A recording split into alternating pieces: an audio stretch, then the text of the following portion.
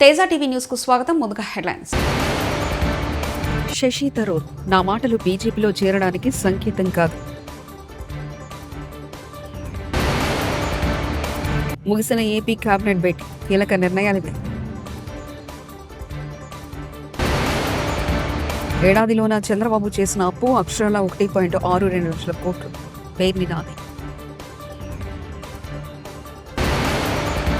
BJP నాయకులు చిల్లర రాజకీయాలు పక్కన పెట్టి మాట్లాడాలి. జగదీష్ రెడ్డి.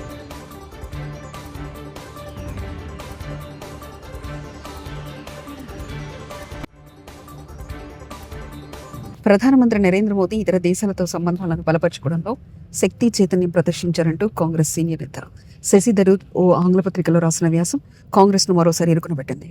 శశి థరూర్ బీజేపీలో చేరనున్నారంటూ ఊహాగానాలు పొందుకున్నాయి. దీనిపై శశి థరూర్ తాజాగా స్పందించారు. తన వ్యాఖ్యలు ప్రధానమంత్రి పార్టీ బీజేపీలో చేరడానికి ఎలాంటి సంకేతం కాదని వివరణ ఇచ్చారు. ఆంధ్రప్రదేశ్ రాష్ట్ర ముఖ్యమంత్రి నారా చంద్రబాబు నాయుడు అధ్యక్షతన కేబినెట్ భేటీ ఇవాళ మంగళవారం ఏపీ సచివాలయంలో జరిగింది. ఈ భేటీలో పలు కీలక అంశాలపై సీఎం చంద్రబాబు మంత్రిమండలిలో చర్చించారు. పలు అంశాలపై చర్చించిన తర్వాత మంత్రివర్గం ఆమోదం తెలిపింది. మున్సిపల్ శాఖ ప్రతిపాదనలకు కేబినెట్ ఆమోదం తెలిపింది. రాజధాని 2వ విడత భూసేకరణను ఆమోదించింది. రాజధానిలో మరో 44,000 ఎకరాల సేకరణకు మంత్రిమండలి నిర్ణయం తీసుకుంది. స్వర్ణాంధ్ర P4 పై త్వరలో కమిటీలు ఏర్పాటు చేయడానికి ఓకే చెప్పింది. టెన్నిస్ ప్లేయర్ సాకిత్కు గ్రూప్ 1 ఉద్యోగం ఇవ్వాలని కేబినెట్ నిర్ణయం తీసుకుంది. పోలవరం బనకచర్లపై తెలంగాణ నేతలందరూ మాట్లాడుతున్నారని ముఖ్యమంత్రి నారా చంద్రబాబు నాయుడు తెలిపారు. నిన్న సోమవారం తెలంగాణ కేబినెట్లో బనకచర్లపై వాళ్ళు డిస్కస్ చేశారని అన్నారు. ఏపీ కూడా మన వాదనలు వినిపించాలని సూచించారు సీఎం చంద్రబాబు. డివినేషన్ జరుగుతుంది, సీట్లు పెరగబోతున్నాయి, మహిళా రిజర్వేషన్లు రాబోతున్నాయి, జమిలీ ఎన్నికలు కూడా వస్తాయని చెప్తున్నారు. ఆ సమయానికి మీరు రెడీగా ఉండాలి. మీరు సమయం వచ్చినప్పుడు బట్టలు డ్రై క్లీనింగ్ లో ఉన్నాయి, ఇస్త్రీ బట్టలు తెచ్చుకుంటామని అంటే పోతే బీరువా మీ దగ్గరికి రాదంటూ రేవంత్ రెడ్డి వ్యాఖ్యానించారు. ఎవరైతే గెలిపించుకుంటారో వాళ్ళు తిరిగి నాయకులుగా రాష్ట్ర స్థాయికి ఎదుగుతారు. అందుకే ఈరోజు పార్టీ నిర్మాణంలో భాగస్వాములు కావాలి. స్థానిక సంస్థల ఎన్నికల్లో పార్టీ కార్యకర్తలను గెలిపించుకోవాలి. అప్పుడే పార్టీ బలోపేతం అవుతుంది. పార్టీ బలోపేతం అయితే రెండవసారి కాంగ్రెస్ పార్టీ తిరిగి అధికారంలోకి వస్తుంది. రెండవసారి అధికారంలోకి రావడం మీ చేతుల్లోనే ఉంది. ఇవాళ ఈ వేదిక మీద నుంచి నేను ఒక్క మాట చెప్పదలుచుకున్న మిత్రులందరికీ, 94 నుంచి 2004 వరకు 2 సార్లు తెలుగుదేశం పార్టీ ఆనాడు అధికారంలో ఉన్నది. 2004 నుంచి 2014 వరకు ఆనాడు కాంగ్రెస్ పార్టీ 2 సార్లు అధికారంలో ఉన్నది. 2014 నుంచి 2023 వరకు టీఆర్ఎస్ 2 సార్లు అధికారంలో ఉన్నది. 2023 నుంచి 2033 వరకు 10 సంవత్సరాలు కాంగ్రెస్ పార్టీ తప్పకుండా అధికారంలో ఉంటుంది. ఈరోజు ఎవరెవరైతే పార్టీ కోసం పనిచేస్తారో ఈ 10 సంవత్సరాలలో మిమ్మల్ని కాపాడుకున్న బాధ్యత పార్టీ తీసుకుంటుంది. మీనాక్షి నటరాజన్ గారు తీసుకుంటారు. ఈరోజు పార్టీ పదవులు ఉన్న వాళ్ళకి చాలా మందికి అవకాశాలు వస్తాయి. డీలిమిటేషన్ జరగబోతుంది, సీట్లు పెరగబోతున్నాయి, మహిళా రిజర్వేషన్లు రాబోతున్నాయి, మా ఆడబిడ్డల అవకాశాలు పెరగబోతున్నాయి, జమిలీ ఎలక్షన్లు కూడా తెస్తామని చెప్తున్నారు. ఇవన్నీ రాజకీయ అవకాశాలను పెంచుతాయి. మరి ఆ సమయానికి మీరు రెడీగా ఉండాలి. మీరు సమయం వచ్చినప్పుడు మీరు సిద్ధంగా లేకపోతే బట్టలు డ్రై క్లీన్లో ఉన్న ఇస్త్రీ బట్టలు తెచ్చుకుంటామని అటే పోయినంటే బీఫామ్ మీ దగ్గరికి రాదు. మీరు ప్రజల దగ్గర ఉండండి, ప్రజల సంక్షేమం కోసం పనిచేయండి. మోదీకి చంద్రబాబుతో అవసరం ఉంది కాబట్టి మాట్లాడడం లేదు. కానీ తెలంగాణలో బీజేపీ ఎంపీలను గెలిపించింది తెలంగాణ ప్రజలు. మరి తెలంగాణ ఎంపీలు ఎందుకు మాట్లాడడం లేదు? నీరు సముద్రంలో కలుస్తుందనేది పెద్ద కుట్ర. చంద్రబాబు అలా ప్రచారం చేసి తెలంగాణ ప్రజలను మాయలో పడేసి తాను బయటపడాలని అనుకుంటున్నారు మాజీ మంత్రి ఎమ్మెల్యే జగదీష్ రెడ్డి. ఇవాళ బీజేపీకి చంద్రబాబుతో అవసరం ఉంది. ఇవాళ నరేంద్ర మోడీ శ్వాస చంద్రబాబు రూపంలో వస్తూ ఉంది. ఆయనకి ఊపిరి అయి ఉన్నాడు కాబట్టి మాట్లాడే పరిస్థితి లేదు.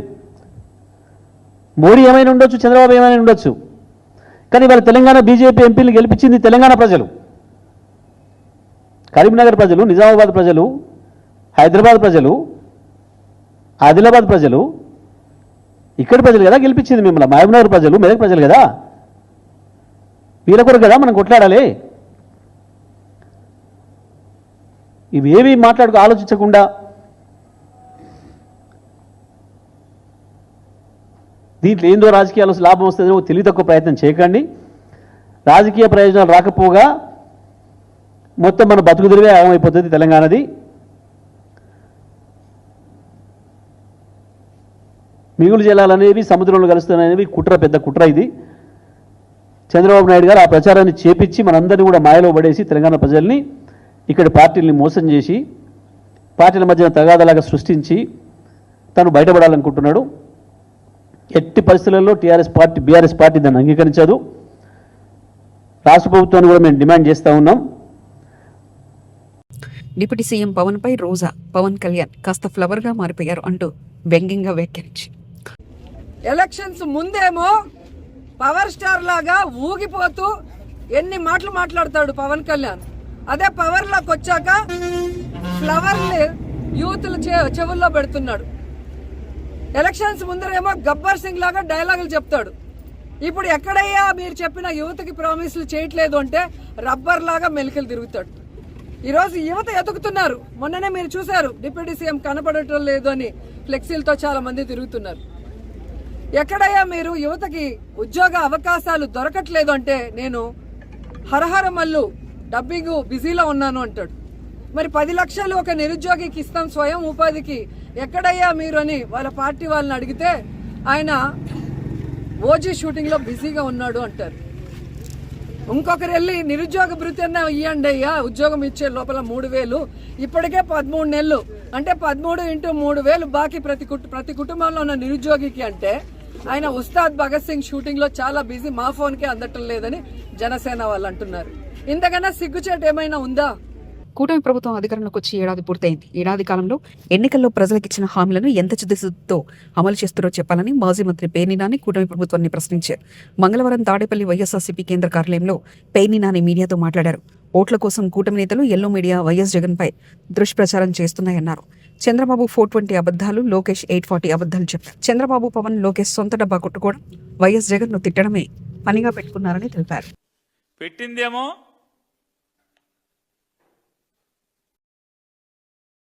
మొదటి సంవత్సరం పండగ. ఈ సంవత్సర కాలంలో వారు ఎన్నికలకు వెళ్ళినప్పుడు ఈ రాష్ట్ర ప్రజలకి ఏమేమి హామీలు ఇచ్చారు, వారికి ఏమేమి ప్రమాణాలు చేశారు, ఇంతవరకు వాటిని ఎంత చిత్తశుద్ధిగా అమలు చేశారు, మాట నిలుపుకున్నారు, చెప్పినవి కాకుండా చెప్పనివి ఏం చేశారు, ఈ రాష్ట్రాన్ని అభివృద్ధి పదంలో శ్రీహరికోటలో వదిలిన రాకెట్ కంటే శరవేగంగా ఎంత ఆకాశానికి ఎత్తుకు దూసుకెళ్లారు, ఇలాంటివన్నీ చెబుతారేమో అనుకుని తెలుగుదేశం పార్టీ కార్యకర్తలందరూ కూడా అనుకున్నారు. ఏంటయా అంటే మీటింగ్ పెట్టి ఇలా ముగ్గురు కలిసి యథావిధిగా చంద్రబాబు నాయుడు గారు 420 అబద్ధాలు చెప్తే ఆయన కొడుకు 840 అబద్ధాలు చెప్పాడు ఈ మీటింగ్లో. చంద్రబాబు నాయుడు గారు యథావిధిగా అలవాటు ప్రకారం 420 అబద్ధాలు చెప్తే కొడుకు లోకేష్ గారు 840 అబద్ధాలు చెప్పాడు. ఇక ఇంక మూడో ఆయన అయితే ఆయన రవితేజ గారి సినిమా ఏదో ఒకటి వచ్చింది, ఆయనకి హీరోకి కళ్ళు కనపడవు, ఏది కనపడినా ఏమో సార్ నాకు కనపడదాం అంటాడు. అట్టా పవన్ కళ్యాణ్ గారు ఏదైనా సరే ఏమో సార్ నాకు కనపడదు, అంతా జగన్మోహన్ రెడ్డి కనపడుతున్నాడంటే మీటింగ్ చెప్తాడు ఆయన. ఇలా ముగ్గురు కలిసి ఏంటయ్యా అంటే సొంత డబ్బా. ఏపీలో కూటమి ప్రభుత్వం అధికారం అనే మత్తులో మునిగిపోయిందని టీడీపీ గుండాలు చెలరేగిపోతున్నారని వైఎస్ఆర్సీపీ రాష్ట్ర ప్రధాన కార్యదర్శి నందమూరి లక్ష్మీపార్వతి అన్నారు. మంగళవారం తాడేపల్లిలోని పార్టీ కేంద్ర కార్యాలయంలో ఆమె మాట్లాడుతూ చంద్రబాబు ముఖానికి పట్టుమని 10 మంది కూడా రారు, అందుకే వైఎస్ జగన్కు వస్తున్న ప్రజాదరణ చూడలేక కళ్ళల్లో నిప్పులు పోసుకుంటున్నారు. కూటమి ప్రభుత్వం అధికారం అనే మత్తులో మునిగిపోయింది, అందుకే టీడీపీ జెండాలు రెచ్చిపోతున్నా చూస్తూ ఉండిపోతుంది. తీసుకొచ్చి ఒక షాడో ముఖ్యమంత్రి వాడు ఈరోజు నువ్వేమి లేవు, నువ్వు ఒక అసమర్థుల్లాగా మూలబడి ఉన్నావు. అదేవిధంగా ఇక నీ కొడుకు ఇష్టం వచ్చినట్టు వాడికేమీ తెలియదు, ఓనమాలు కూడా రావు రాజకీయాల్లో. అందువల్ల తనకు తెలిసింది ఏంటంటే నేను భయపెట్టేస్తే, అది కూడా భయం ఈయన పెట్టడం కాదు, పోలీసులు అధికారం అండగా చూసుకొని పోలీసులు చేతిలో పెట్టుకొని ఇష్టం వచ్చినట్టుగా ప్రతిపక్ష నేతలు ఎవరు మాట్లాడి మీ పరిపాలన బాగాలేదంటే తీసుకుపోవటం.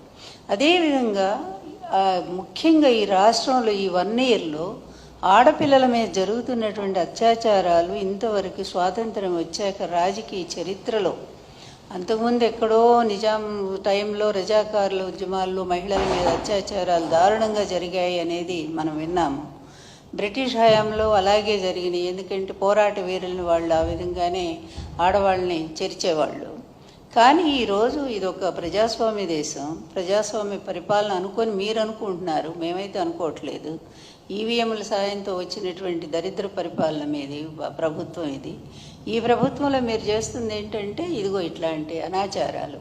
మీ పార్టీ వాళ్ళు ఏదో పని చేసినా సరే వాళ్ళకి ఏ విధమైన శిక్షలు లేవు. వాళ్ళు మహిళల్ని భయంకరంగా మరి మీ సోషల్ మీడియాలో ఇష్టం వచ్చినట్టు వాళ్ళ వ్యక్తిత్వ హననాన్ని చేస్తుంటే దానికి ఏ విధమైన శిక్షలు లేవు. కానీ సాక్షి మీడియాలో ఒక అనలిస్టు ఒక విషయాన్ని చెప్తూ దాన్ని మాట్లాడితే దాన్ని తీసుకెళ్ళి కొమ్మినేని గారికి అంటగట్టి అప్పటికప్పుడు ఆయన మీద కేసు పెట్టి తీసుకెళ్ళి ఇదా మీ పరిపాలన, ఇది సుపరిపాలన అంటారా? మీరు నిజంగా నిజాయితీగా ఒప్పుకోండి, ఒక్క పాయింట్ అన్న నిజాయితీగా ఒప్పుకోండి అయ్యా మీ తండ్రి కొడుకులు. ఇక ఆ 3 ఆయన గురించి ఎందుకు మాట్లాడాలా? ఆ 3 ఆయన ఒక వేస్ట్ ఫెలో అనేది అర్థమైపోయింది. ఎందుకంటే ఆయన అందుకే సనాతన వేషం వేసుకొని రాష్ట్రాలన్నీ తిరుగుతున్నట్టున్నాడు ఇక్కడ ఏం చేయలేక. అందువల్ల ఇక ఆయన గురించి వేస్ట్ మాట్లాడటం కూడా వృధా. ఎందుకంటే ఆయనకు నాయకత్వ లక్షణాలు మొదటి నుంచి లేవు, ఎదిరించే తత్వం అస్సలు లేదు. చంద్రబాబు పిలిచినప్పుడు వచ్చి జగన్ గారిని ఒక తిట్టిపోవటానికి మాత్రం ఉపయోగపడతా ఉన్నాడు. కనీసం మీ పక్కన స్థానం కూడా ఇవ్వనంత స్థితికి దిగజారిపోయాడు, అతను సంపాదించుకోలేకపోయాడు. అందువల్ల ఇక అతని గురించి ఎక్కువ మాట్లాడకూడదు. కానీ మీ ఇద్దరు కలిసి ఈరోజు రాష్ట్రాన్ని ఏ విధంగా చేస్తున్నారో ఒక్కసారి ఆలోచించండి. మీరు ఆలోచించట్లా, ప్రజలు ఆలోచిస్తున్నారు, ప్రతి క్షణం ఆలోచిస్తున్నారు. ఎందుకంటే శ్రీశ్రీ గారు అన్నట్టు మదమెక్కిన తురంగాలు అన్నట్టుగా మదం పట్టినటువంటి గుర్రాలు లేకపోతే ఏనుగులు ఇవన్నీ కూడా ఇష్టం వచ్చినట్టుగా ప్రవర్తిస్తూ ఉంటాయి. వాటికి ఉచ్చము నీచము జ్ఞానము ఏమీ తెలియదు. అవి ఎక్కడ పడితే అక్కడ ఎట్లా పడితే అట్లా పరిగెడతాయి, అన్నిటిని నాశనం చేస్తాయి. ఈరోజు రాష్ట్రాన్ని నిజంగా గుడ్ గవర్నెన్స్ అంటే జగన్ గారి టైంలో ఒక పద్ధతిగా జరిగింది. కానీ మీరు ఏ ఒక్క పాయింట్ అయినా కంపారిజన్ చేయటానికి మీరెవరు రారు. ఎందుకంటే మీ పచ్చ మీడియా బాకాల్లో ఊదుతూనే ఉంటాయి మిమ్మల్ని. నిన్ను లోకేష్ని ఇద్దరిని కూడా అక్కడ కూర్చోబెట్టి ప్రైమ్ మినిస్టర్ని కలిస్తే దానికి మొత్తం పేజీలన్నీ కూడా ఈనాడు ఏబిఎన్ పెట్టేస్తారు. ఏంటి ప్రైమ్ మినిస్టర్ మీ మిత్రపక్షం కదా, మీ కూటమి కదా, ఒకళ్ళ మీద ఒకళ్ళు ఈరోజు డిపెండ్ అయ్యలేరా? అది కూడా కలిస్తే దానికి ఒక పెద్ద అది వీరత్వమా శౌరత్వమా? ఆయన వల్ల ఇదిగో ఇన్ని వేల కోట్లు ఈ రాష్ట్రానికి మరి వస్తూ ఉన్నాయి, పరిశ్రమలు వచ్చినాయి, ప్రైమ్ మినిస్టర్ గారు యాక్సెప్ట్ చేశారు. లేదా మీ రాజధాని, మీరు అనుకునే రాజధానికి ప్రైమ్ మినిస్టర్ గారు ఇన్ని వేల కోట్లు ఇప్పిస్తున్నారు అని ఈ విధంగా అయినటువంటి వార్త అయితే నిజంగానే బాగా సాధించారని చెప్పుకోవటానికి. ఇంత సిగ్గుమాలిన మీడియా, ఇంత సిగ్గుమాలిన తండ్రి కొడుకులు, ఇంత పనికిమాలిన పరిపాలన, దీన్నంతా చూపిస్తూ ఒక 60-70 కోట్లు ఖర్చు పెట్టి దానికి ఒక గుడ్ గవర్నెన్స్ పాలన రాష్ట్రం వైపు చూస్తుందంట. అంత పెద్ద గిన్నెస్ బుక్లో ఎక్కి ఆయనకు ప్రైమ్ మినిస్టర్ గారి కంటే లోకేష్ బహుమతి ఇస్తున్నాడు. అన్నీ లోకేష్ బహుమతి ఇస్తున్నాడు. ఎన్ని 600 కోట్లు ఖర్చు పెట్టారు. ఏమైంది? ఎంత రసాభాస. చిన్న చిన్న పిల్లల్ని తీసుకొచ్చి వాళ్ళని పాపం గిరిజన పిల్లల్ని, వాళ్ళకి తిండి లేదు, నీళ్లు లేవు, వాళ్ళు పడుకోవటానికి. శశి థరూర్, నా మాటలు బీజేపీలో చేరడానికి సంకేతం కాదు. ముగిసిన ఏపీ కేబినెట్ భేటీ, కీలక నిర్ణయాలివే. ఏడాదిలోన చంద్రబాబు చేసిన అప్పు అక్షరాల 1.62 లక్షల కోట్లు. పేర్ని నాది. బీజేపీ నాయకులు చిల్లర రాజకీయాలు పక్కన పెట్టి మాట్లాడాలి. జగదీష్ రెడ్డి.